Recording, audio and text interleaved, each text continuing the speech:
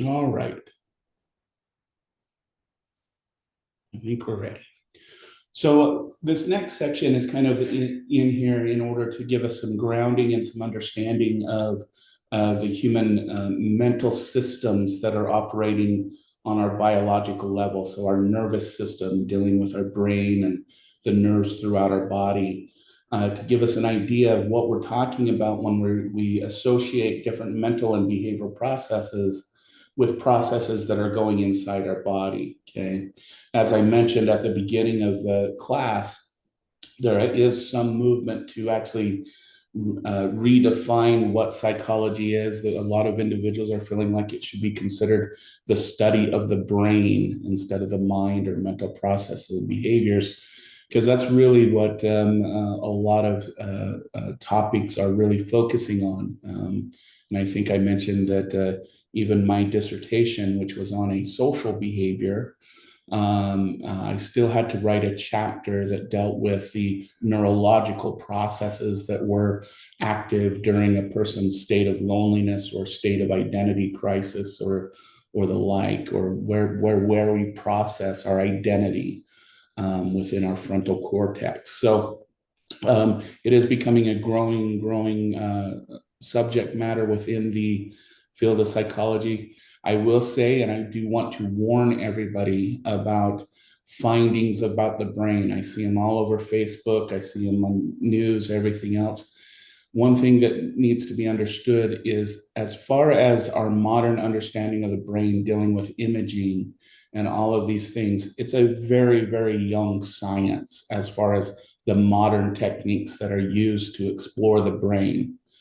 And there are people who are arguing that most of what we have found out about the brain through brain imaging should be thrown away because they feel that we use the wrong statistics to analyze it. We use a linear statistic instead of a geometrical statistics. And the brain, after all, is geometrical. So there's people who argue that it's junk. A lot of brain research that you read online and whatnot has a sample size issue. A lot of neuroimaging studies only have a sample size of about 5 to 8, which, if you think that 5 to 8 brains represents everyone's brain, that's where you can kind of get into some trouble with some of the interpretation of data. And if I were to encourage you to be good consumers of information about the nervous system and brain processes, is always look for articles where a finding is replicated over and over and over. And then it's not just coming from one source. And so I just wanted to mention those caveats as we get into the conversation about what we do know about the brain and the different processes and the like. Okay. So I want to start with our most basic building blocks of our nervous system, which are two types of cells. One is a neuron, which we approximately have about 100 billion neurons in our nervous system. And these are considered the communication cells. They do the electrical impulse and connect to other cells to create networks of interconnected processes. Okay. Neurons, unlike the rest of our body, okay, if our body's biological systems were in a line with each other, we would regenerate a new body every about 5 to 7 years, because all of the cells except for neurons regenerate over and over and over. Okay. Neurons don't. So they need a helper cell, which are called glial cells, which basically clean and maintain the neuron. Because once that neuron is dead, it's gone. There's no getting it back. Okay. And there'll be some important things dealing with glial cells as we move on. We find that the volume of glial cells is associated with things like cognitive ability, problems like problem solving, language abilities, those types of things. And as the volume goes down, we see higher rates of things like dementia and those kinds of things. Okay. Now, I do want to just focus on something because I don't think people really realize our brain's capacity. We have 100 billion cells, and each of those cells are making multiple connections. So if you multiply this 100 billion by 100 billion, you would understand, you would have this idea of what the lower limit of our brain's capacity is. Okay. We still do not have a supercomputer. We still do not have a computer that can perform the human brain. Okay. In fact, other than lately with the development of some of these newer supercomputers, you would literally have to take all of the home computers, laptops, and cell phones, fill them in the state of Montana 2 stories high, and theoretically and technically, you would still not have the capacity of one human brain. Okay. So I mention this because of how remarkable this system is. Okay. And a lot of people go, well, I don't know, mine's that remarkable, but think about it's running 24 hours, 7 days a week, keeping your heart going, keeping your lungs going, keeping your digestion system going, making sure things are in the right growth cycles. All of those things are going on. We only use the tip of the iceberg when we do things like thinking and solving problems. Okay. So kind of think about it in that context. Okay. So these are the building blocks, and it'd be worthy going through a video. Again, this is just a quick video on the different types of nerve cells.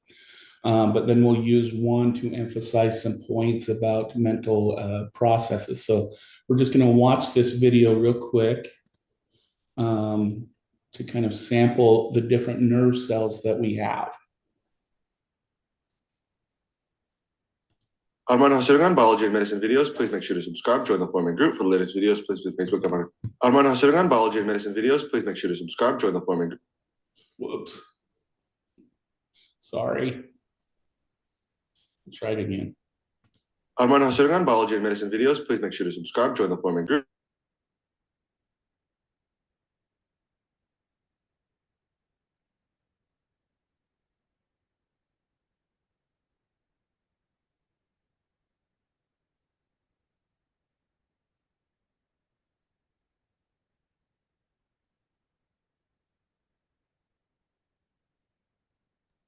I can't hear anything.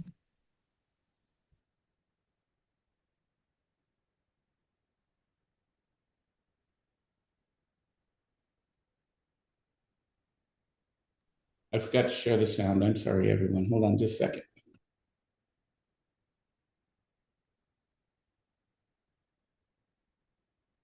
Of commands being sent via F. Armando Hasirungan, Biology and Medicine videos. Please make sure to subscribe. Join the forming group for the latest videos. Please visit Facebook. Armando Hasirungan. Please like, and here you can also ask questions, answer questions, and post some interesting things, including your artworks. And you can also change the quality settings to the highest one for better graphics. In this neurology video, we will look at the neuron. The neurons are the communication cells. They receive signals. What you see, smell, hear is thanks to a group of sensory neurons. Neurons also send out signals or information. When we move our hands every time we breathe, it's because of commands being sent via efferent neurons. So neurons are a big deal, and because of this, we have billions of neurons in our body. Here's a typical structure of a neuron. It consists of dendrites, which receive an information, a signal. The cell body, the soma, the axon hillock, the axon, where information or the signal in a form of an impulse is propagated through. There can be myelin, which wraps around the axon to help in insulation and speeding up the impulse. And all the impulse will end at the synaptic terminal, where the impulse, the information, is passed on to a target cell. So looking at it, an input signal is received by the dendrites, gets passed on to the cell body for integration, and then the output signal is released from the synaptic terminal to a target cell for a specific response, a desired effect response. The target cell in this case is another neuron, but this neuron is different in that it is an unmyelinated neuron. It has no myelin sheath wrapping around it. This means that the propagation of the impulse along the axon is much slower. When you have a neuron with myelin sheaths, the impulse travels much faster. But now you might be asking yourself, how is the information from one cell, from a neuron, is passed on to another cell? Well, let's zoom into this area here, where these two cells are close to each other, where they synapse with each other.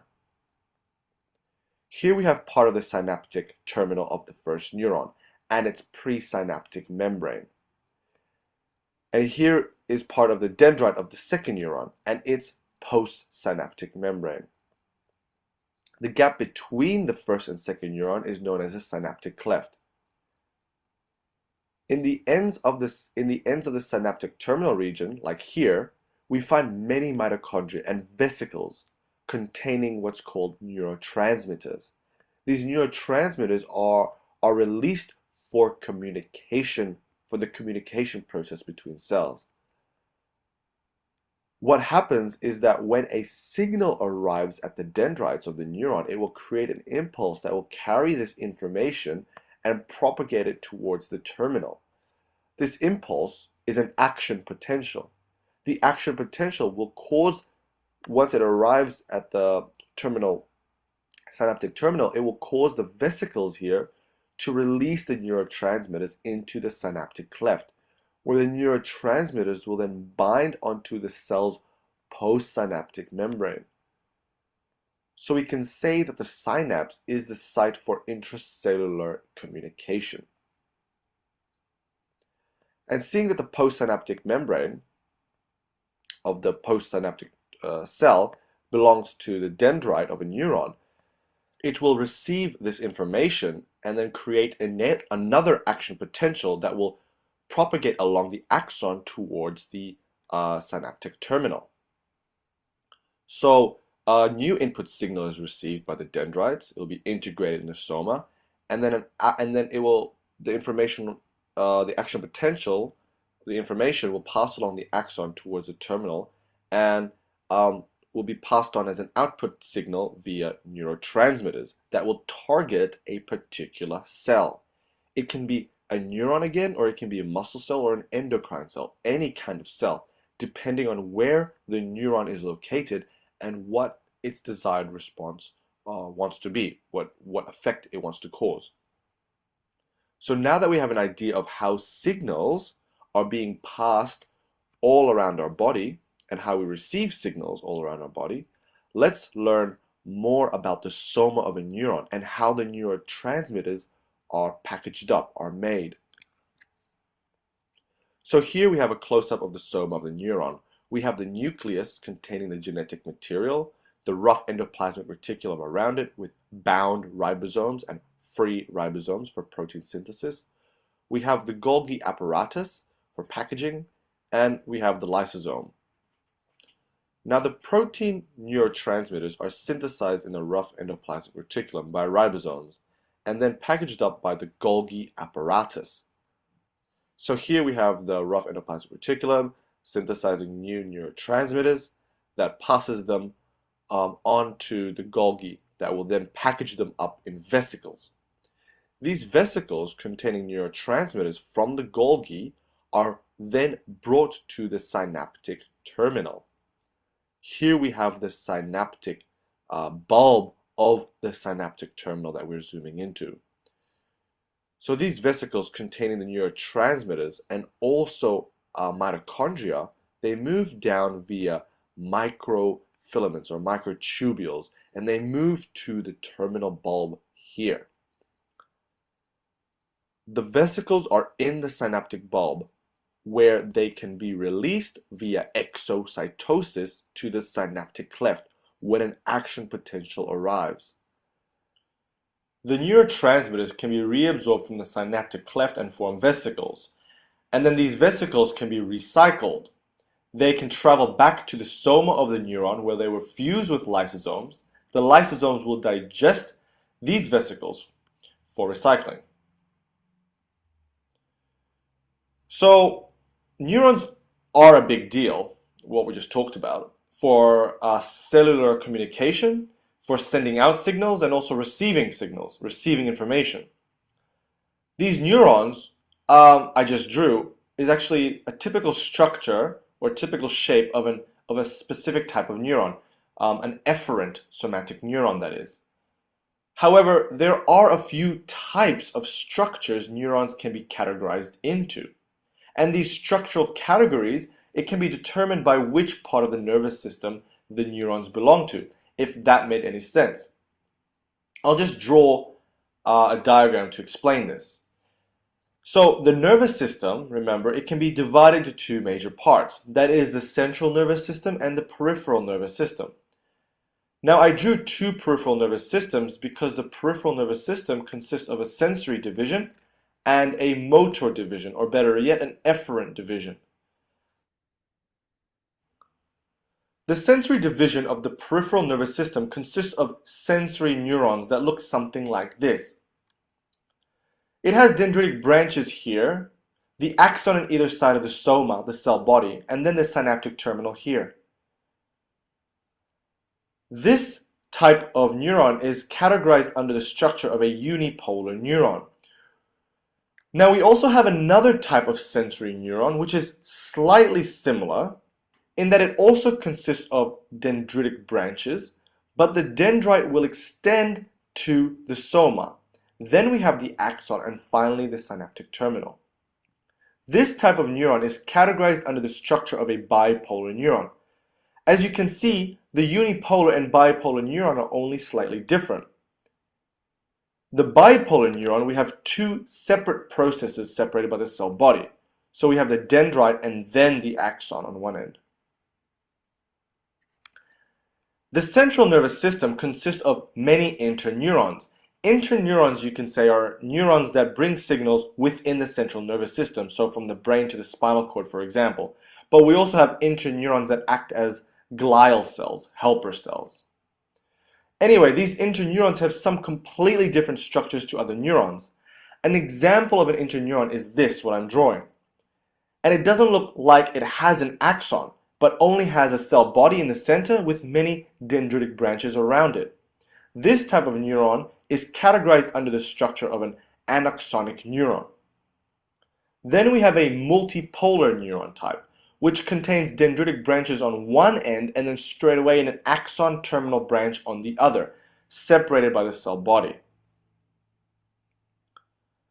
Some multipolar neurons in the central nervous system look slightly different than this, and we shall soon see what I am talking about. Now, the efferent division of the peripheral nervous system contains efferent neurons, motor neurons, which are all multipolar in structure. And this is the type of neuron I drew in the beginning of this video. We can have efferent neurons with myelin wrapping around it, or we can have efferent neurons without myelin wrapping around it. Either way, both are multipolar in structure, in that it consists of dendritic branches, and then we have the cell body, and then the axon and terminal branches. As you can see, this is the other type of multipolar neuron I was talking about in the central nervous system. The terminal branch doesn't have to be really close to the soma body. In the efferent division, the terminal branch is extended with the axon. Hope that made sense. And anyway, that was it for the neuron video for neurology. I hope you enjoyed it, and hopefully I'll make a video on an action potentials soon. Thank you. All right. So I don't want you to get too caught up in the different types of cells and all those kinds of things, at least for the purpose for this class. If you are going to go on into psychology, or if you're going into the biological sciences or health fields, I would kind of go back in the textbook, it divides these cells out and everything, and to get a little bit more in-depth information about them. But the things that I want to focus on mainly for this class is just kind of the basic structures. So the dendrites is the part of the cell that receives information. The soma is a cell body. It receives the message and then it sends it down the axon. The axon is what carries the electrical impulse down the length of the cell to the axon terminal, which is a branch that links the dendrites and the somas to other neurons, okay? And then there is this special type of stuff we call myelin, which it has two purposes. One is to protect the axon. The other is to speed up the transmission of the impulse, okay? So let's look at this kind of more visually, as you can see here, as was drawn in the video, okay? So here we have the receiving end of the dendrites, okay? And then we have the synaptic neuron, the vesicle at the end. So going back to this one, this is the receiving component. This is going to be the transmitting component, okay? What's received is a chemical transmission. And that's why when we talk about the nervous system, we call it a chemical electrical event, okay? Because a chemical is released, and if there's enough chemicals released to these dendrites, it sets up that action potential in the soma, okay? And then what happens by releasing and ingesting sodium down the length of this axon, it creates electrical impulse down the length of this axon, okay? Now, I had mentioned that myelin sheath it's to protect, but it also speeds up the transmission of cells. And so if you want to kind of represent this, and let's say this is a regular cell, not myelinated, and it's going to transmit the impulse down the length. Think about how long this takes. So we're transmitting. Okay, so that's kind of the lengthy thing. What the myelin sheath does, is it allows it to skip. So instead of having to go all the way down the length of the cell, it jumps, boom, boom, boom, boom, boom, boom, done, okay?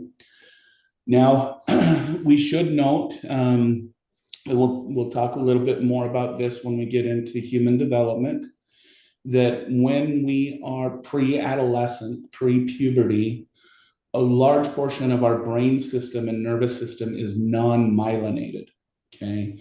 And what we'll learn when we get to that section of the class is that's because a slower brain learns better. And this is why children can learn language much quicker than we adults can. This is why they can retain information a lot better than we can as adults. But a slow brain isn't very fit for survival. So when we start to go through adolescence, our brains start to myelinate almost fully.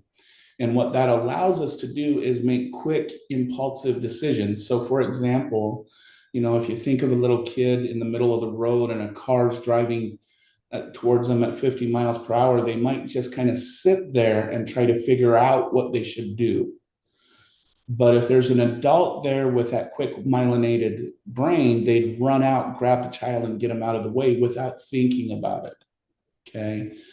And so that's the benefits of myelin as we get older. The other thing that I want to focus on while we're talking about myelin is there is a disorder. One of the dementias. So I have to say that, so dementia is the loss of memory. It's a loss of certain abilities. And Alzheimer's is a type of dementia, okay? There's actually several types of dementia. Alzheimer's is just one of them.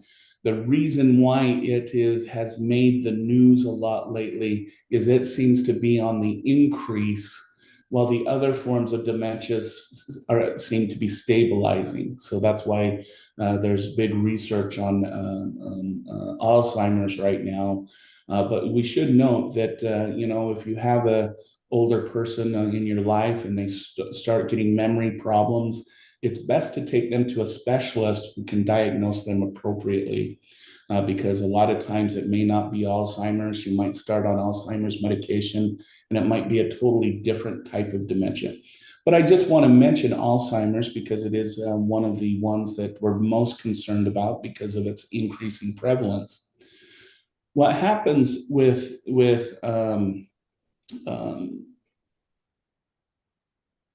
Alzheimer's is the person starts to grow a plaque over these myelinated cells, okay?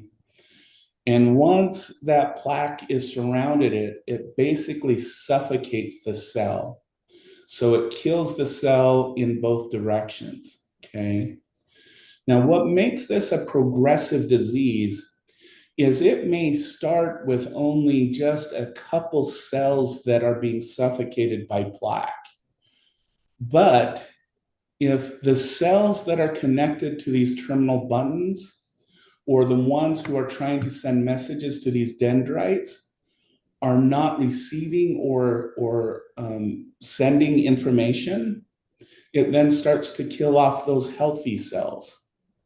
And so that's why it's kind of a progressive memory disorder, is it could only start with just a very small area of the brain where just a few of the cells have become suffocated by this plaque. And then it slowly progresses by slowly killing the other cells that it was connected to. Okay, so those are two examples, one dealing with illness, one dealing with why we think quicker when we're adults and slower when we're children, which we'll talk a lot more when we get to developmental psychology. But this is a preview also when we get to the end of the semester when we will hit dementia just a little bit more as far as a topic is considered, okay? So again, our cells actually do not touch each other. The sending and receiving cell don't actually touch. They're in this cleft. They release these what we call neurotransmitters, which we'll get to in a minute. They're just basically specialized neuropeptides that if there is kind of a key, if you want to think about this as a key, if it perfectly fits, it will start sending a message. Then this one will start sending a message. And if there's enough, it will propagate the message down the cell. Okay. So important parts about neurotransmitters, though, is some disorders, excuse me, are caused, we think theoretically, are caused by either an overproduction of a neurotransmitter or an underproduction of a neurotransmitter. So, for example, with depression, we think it has to do with what's called the serotonin system, which is really neurotransmitters that are associated with emotional and mood type states, okay? And the most common type of antidepressant is an SSRI, or a serotonin reuptake inhibitor. Basically, what it does is all of the serotonin that is left between the sending cell and the receiving cell are blocked from being reuptaked into this cell. So what it does is it makes it so any excess serotonin continues to build up between the cells instead of reabsorbing it into the other cell, okay? Some other examples of overproduction or underproduction of neurotransmitters is later in the course, we will talk about a severe mental disorder known as schizophrenia, which is defined by hallucinations, auditory, visual, auditory, olfactory, cognitive deficits, delusional type of thinking. This is caused by an overproduction of dopamine. If you want to think about it, a person with schizophrenia, when they're going through their schizophrenic fugue, their brains are basically marinating in dopamine. If you want to think about how much overproduction is being done, okay. So one of the solutions to try and alleviate schizophrenic symptoms is to reduce the number of neurotransmitters that are released between these two cells. Okay. However, the risk, and there's side effects to everything, the risk of schizophrenic medication is that you can cause Parkinson's symptoms, because Parkinson's disorder is associated with an underproduction of dopamine. So the side effects for a lot of schizophrenic medications are Parkinson's type of symptoms, and the side effect of Parkinson's drugs are schizophrenic symptoms. Okay, so this kind of represents these balances between these systems in our brain, and when we have an over or underproduction of different neurotransmitters, it can cause different types of issues within the individual. So just kind of go through again the major neurotransmitters so that we kind of know what we're looking at. We have acetylcholine, which is an excitatory transmitter. It participates in movement, autonomic, and learning and memory. We find when a person has a reduction in acetylcholine, they have memory deficits. Again, this is a drug that is often prescribed to individuals in the first stages of dementia or memory loss. But it also deals with movement and the ability to move, motor the body, as you would say. Okay, so it's an excitatory, it gets us going, as you would say. Dopamine is our reward system drug. Okay, dopamine is every time we do something good or we get really excited, dopamine is released into our system. If we want to think about different types of drugs, if we think about like cocaine and methamphetamine, these all work on the dopamine system by boosting levels of dopamine in the brain. If we want to think about this, if you have a kiddos around, plug their ears for a second. But naturally, the highest level of dopamine that a human being can produce is when a person is having a sexual orgasm.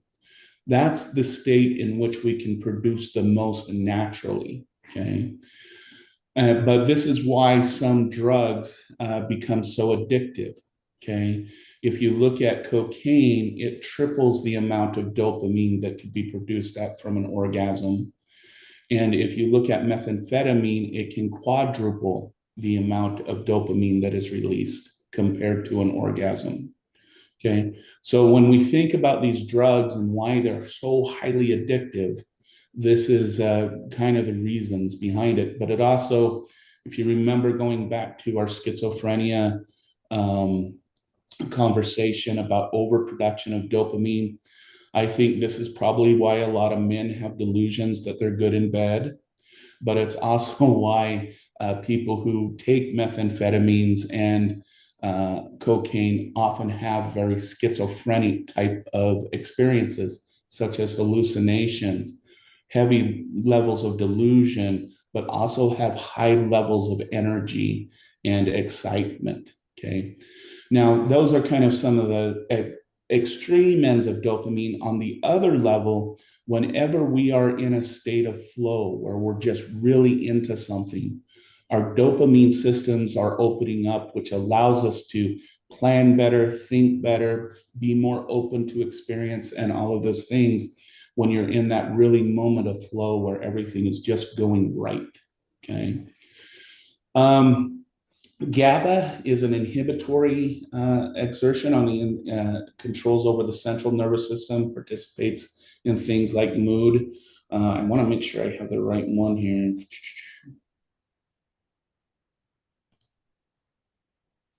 Okay.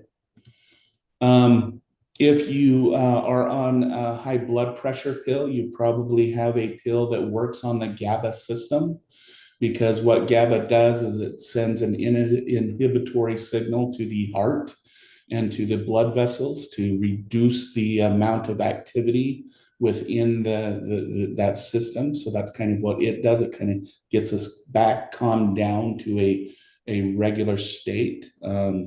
And so it creates us into a more even mood when we have even levels of GABA versus excitatory types of neurotransmitters. The next one is glutamate, which is an excitatory, and this becomes, again, this is another one we have found are associated with learning and memory. We find when there's healthy levels of glutamate, people tend to have better learning and memory issues. And again, we find people who have had dementia, they have reduced rates of glutamate. Okay. Norepinephrine is that excitatory transmitter that gets us aroused, vigilant, heightens our mood. This is almost the antagonist to GABA, which inhibits our arousal and our vigilance. So this is probably the one that you heard you get when you're in a high excited state of being. Serotonin has to do with mood and sleep. It is primarily thought to deal with mood and emotions and sleep systems. As I mentioned, one of the common treatments, for example, depression, which is a mood disorder, is to increase the level of serotonin in the person's brain through one of those SSRI drugs that are out there. Okay. And then I think, the last one are our neuropeptides. And there's actually a couple of these that aren't listed that I do want to go over. They regulate activities of other neurons. Okay, so an epinephrine is relieves pain and stress, similar to endorphins. Okay, an endorphin, which is released from the pituitary gland, provides pain relief. Okay. And we find that if we have someone think that they're taking a pain pill, it actually will increase the levels of endorphins and epinephrines in the system. But this is primary if you think about when a person, one of these athletes breaks their ankle or strains a muscle and they continue to play.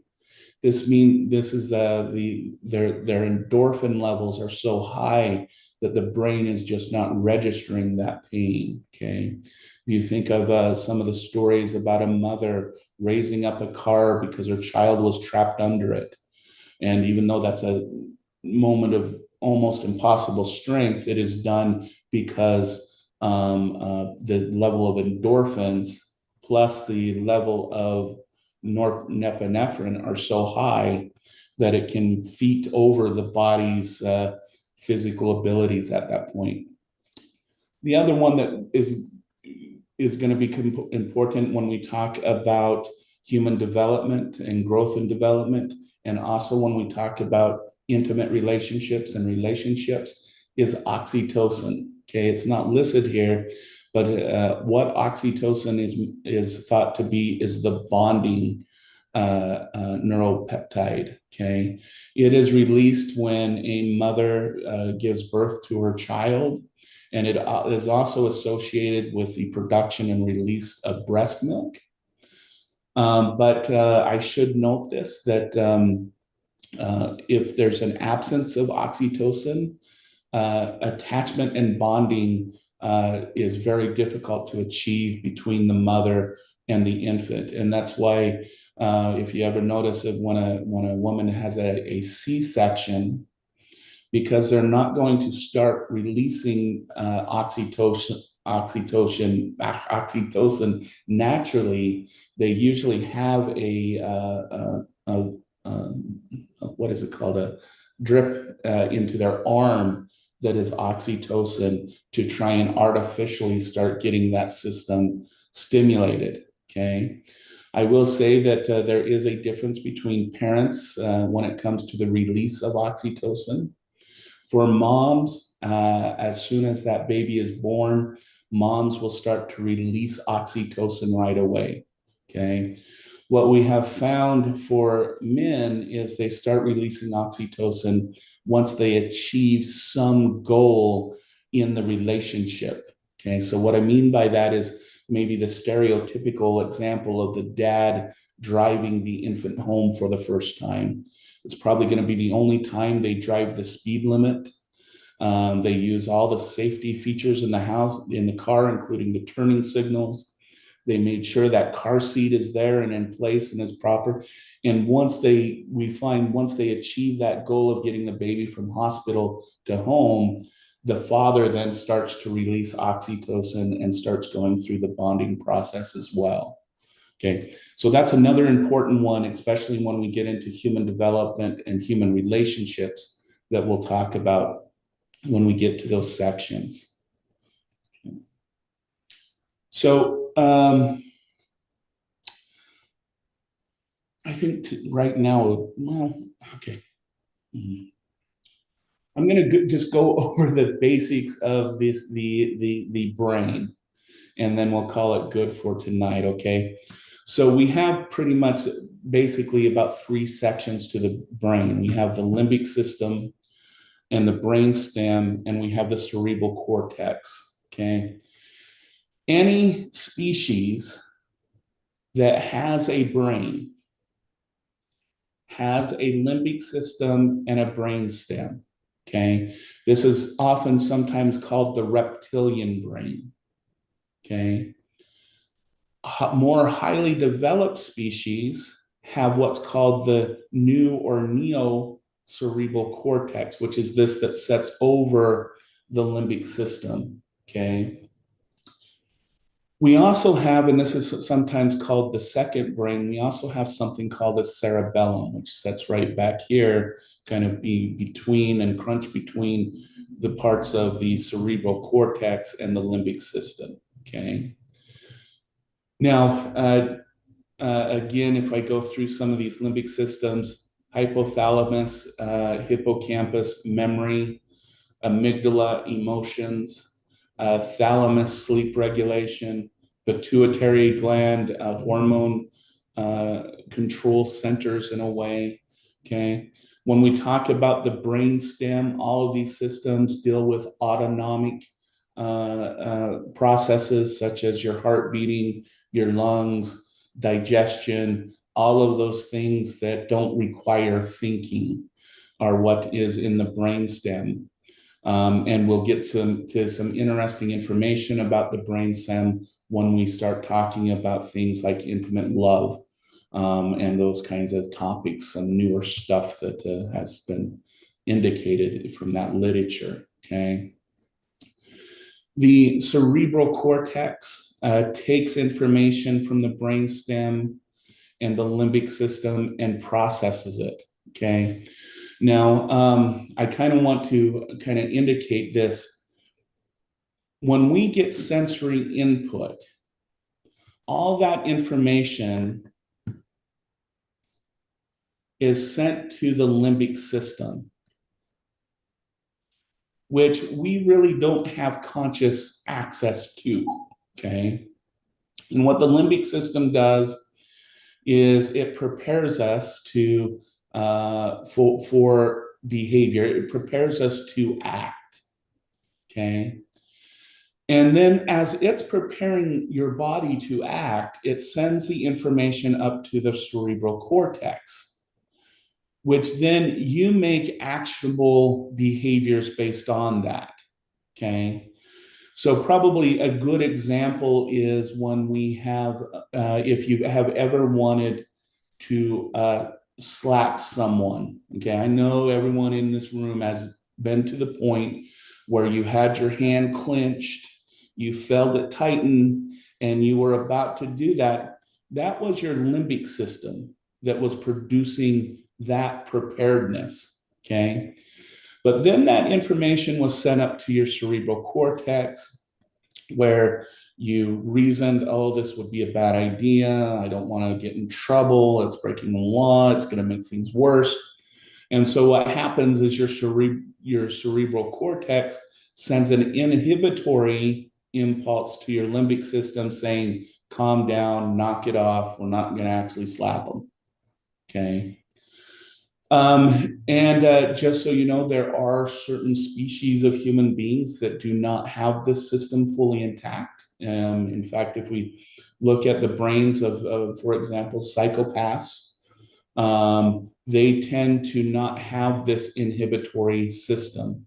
So they get information in the limbic system, it goes up into their cerebral cortex, and they have no mechanism to stop that impulsive behavior. Okay. And so that in part is what makes it so difficult for people with psychopathology to, one, not see other people as human beings, but as objects to consume. But also it's why it's so hard for them to inhibit behaviors that are destructive and will end in destruction. Okay. Now, I should say our cerebral cortex, we always like to think of ourselves as having our big old brains, but I do want to say that human beings do not have the largest cerebral cortex of any species. In fact, there's a ratio to body mass to brain mass. The larger the species, the larger the brains. So blue elephants, blue whales and elephants and larger species like that have much larger brains than we do. Okay. The other thing that we're going to learn this coming, but what humans do have, okay, is we actually don't obey that rule. Our brains are actually oversized for our body mass. We actually have excess brain areas that aren't utilized in the use of motoring the body and controlling the body within space and time and sensations. Okay, so humans do have an oversized brain to our body mass. Okay. And then the other thing that we should say about the cerebral cortex before we call it good for tonight is that the mass really is determined by the specialization of the species. Okay. So if you take an eagle, your mom was right. You do see with the back of your brain, back of your head or back of her head, because visual information is processed in the occipital lobe, which is in the back of the brain. Okay. And if we look at the cortex of, for example, eagles and bird species, they have an oversized occipital lobe. Okay. If we look at, for example, animals that rely on hearing, like our cat or a mouse or a rodent like that, right here is the kind of the hearing speech areas of the brain, and that area of their brain is oversized compared to some of the other areas of the brain. Humans have an oversized frontal cortex, which deals with things like social thinking, gives us our ideas of who we are as an identity. It gives to abilities to rationalize, to problem solve, think mathematically and think abstractly. And that seems to be based on our brain cerebral cortex mass. That seems to be our specialty area where we really excel. But as we will see, it's also the last part of the brain that develops in any species. Okay. All right, I'm going to stop there for a minute just with that quick overview of the brain, and we'll get into more details